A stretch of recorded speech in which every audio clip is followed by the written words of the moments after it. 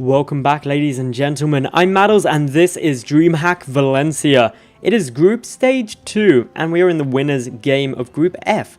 Spawning down in the lower left-hand position, we have got the blue Protoss player representing my insanity, none other than Stardust. And his opponent up to the top right-hand position, the red Terran player representing PvT Gaming, it's uThermal. I did these introductions pretty quick because boom! Proxy Pylon is the first pylon. Proxy gateways are going to be coming down from the My Insanity player, who again continues to show that he has a diverse range of build orders with the ability to do pretty much whatever he wants. He can go macro, he can go micro, he can do it all. Anyway, let's keep an eye on what uThermal is going to do to respond. Oh, he started with the refinery first and he hasn't scouted the fact that this is coming. That means his barracks is delayed. He's going to be trying to go for a very fast factory, but it may not really work for him because of the fact that Stardust is going for that proxy gate. The second gateway probably going to get started fairly soon, unless he's going for the proxy stalker style play.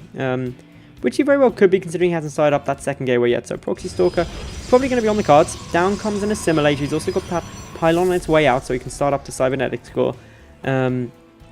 Cybernetics Core not actually getting started yet. Stardust just saving some of his money. He starts the Zealot up quickly, waiting to see where Stardust goes with this. That first Zealot is going to have such a fun time. The barracks not even finished yet. Ah, uThermal, this is gonna hurt uThermal, but I believe you can hold this.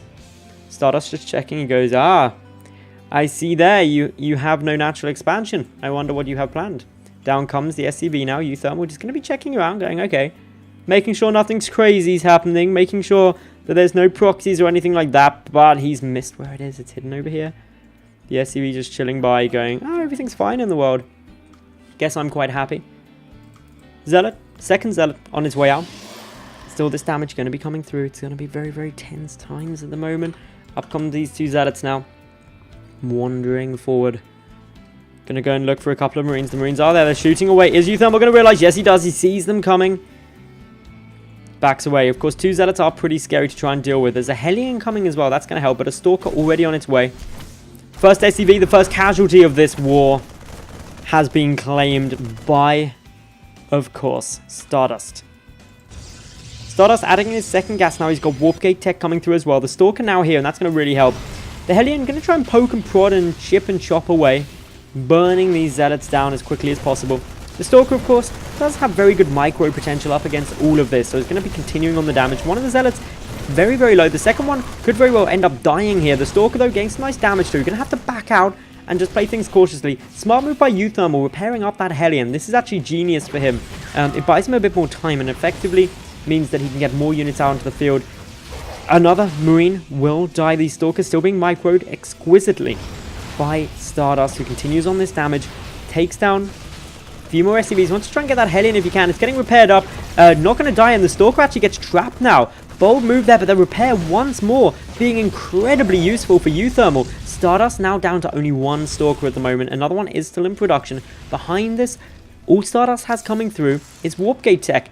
Factor in the fact that a Widow Mine has now just burrowed at the top of that ramp, and this surely spells the end of the aggression from Stardust. If he moves up there, one of his gateway units dies, flat out. Stardust adding in the Robo, adding in 2 additional gateways, all of which has been scouted by uThermal as he comes in with the money scout on that SCV. Sees exactly what's up, sees there's no natural expansion.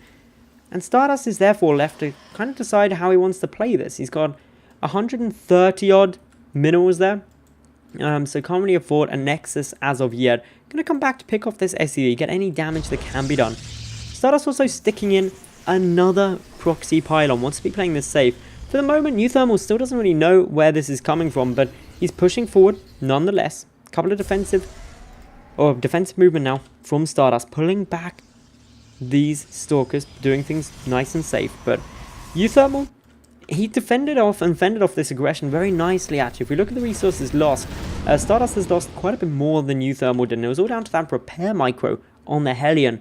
That was just so good by uThermal, who's now continuing this pressure up, with a drop. Going to be trying to sneak on by, get that high ground positioning, distracting the Stalkers momentarily with obviously one of those Hellions, just poking and prodding. But Stardust, he's aware. He's definitely on the cards for what's happening, making sure that he doesn't get caught off guard. Medevac, though, is going to try and sneak through, and these Stalkers are very far forward. The Medevac will be able to unload all of these units, including, or not even all of them, he's just going to unload one Widow Mine. A lone probe sacrificed for the greater good. Back now goes this Medevac. Stardust doing a nice little job there. Warped in a couple of Stalkers aggressively, but there's a decent amount of defense here with that Widow Mine, with that bunker coming up. It's going to be quite hard for Stardust to break that yet, so I'm glad to see that his natural base is nearly completed. Meanwhile, uThermal, he's nearly finished up his command center up in the main base, so both players looking to expand as we approach the 8-minute 40 mark. They should be getting those down before the 9-minute. And overall, this is quite an interesting game. They're both tied at the 30 worker count. That slightly favors uThermal due to the fact that he can mule. Both players going up to 2 bases at a very similar time. Stardust, he is ahead a little in terms of the overall supply. And taking out a Widow Mine, that's actually a really nice pick-off for him. Going to be trying to deal a little bit more damage here, trying to prevent the bunker coming through. Gets a couple more SCVs and a Viking plus a Medevac. That's some nice takedown. Stardust is just going for this. He's going full beast mode.